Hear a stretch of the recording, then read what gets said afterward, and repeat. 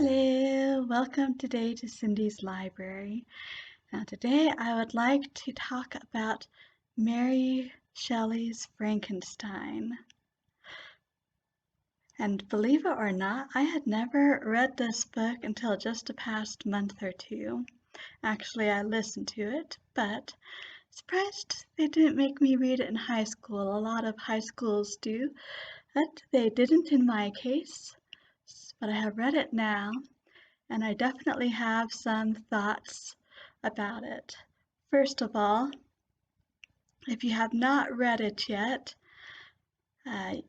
do not expect the Frankenstein that you are familiar with from the movies. For one thing, Victor Frankenstein is the main character of the book. He is the inventor. He is not the monster or the creature. He does not have an assistant. Much of the setting is quite interesting, but not exactly what you could call Gothic in a traditional sense, meaning no real ruins per se, no crumbling castles or monasteries or anything like that. The closest we get to that is an old shepherd's hut on an island at one point. So, you'll need to go into Frankenstein with no expectations based on the movies. It is about a young man, Victor Frankenstein, a young man of some promise, who goes off to college, basically, and finds himself attracted to science, or at least to science of the day, but he also finds himself attracted to older notions of science with a more, I guess you could say, mystical bent in some ways. In any case, the result of all of this is he views it as a monster. It's probably more proper to call him the creature. And that's another difference from the movies. This creature, once he has a chance to learn, he is quite articulate in explaining and defending his own position and in why he wants what he wants, as articulate as any regular person would be. So no moaning monster shuffling off in this book now. I appreciate this book for several reasons. One is the structure, has a very interesting structure. We start with a young adventurer who has commissioned a crew to go off exploring the Arctic, and don't need to get into how, but he runs across Victor Frankenstein, who tells him his story. And at one point, the monster tells Victor Frankenstein his story.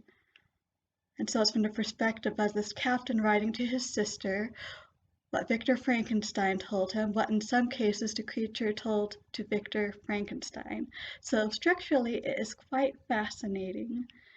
It also deals with some extremely interesting and I think important ideas about getting in over your head, not thinking through the implications of what you are doing, ideas about taking responsibility for what you have done once it is done. All of which Victor Frankenstein, at least at the beginning, has trouble doing. And so, on all of these bases, I highly recommend this book for everyone to read at some point, especially those who are going into science, those who are interested in ethics. But as from an ethical and moral standpoint, that I would say this is a book that definitely everyone should read and think about for a bit. I know I have thought about it.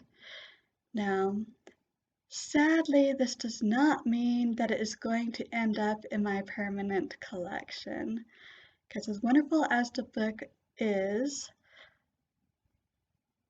and while I'm very glad I read it, I don't feel that I need to read it again. It's not one that I particularly enjoyed reading per se. I'm discovering I may not be much of a romantic in the technical literary sense of the word. And in any case, as interesting as Victor Frankenstein may be, frankly, he is a bit of an idiot and I don't like him, I'm afraid. He does have some redeeming qualities by the end, I'll give him that, but not the funnest person to spend time with. So I do not think I will be revisiting Frankenstein, but I am very glad that I did finally take the time to read it. So now I understand what the whole Frankenstein business is about. And it gave me a lot of things to think about, for which I am also grateful. So this is Cindy's Library. I hope you enjoyed this post. Thank you for visiting, and until next time, happy reading!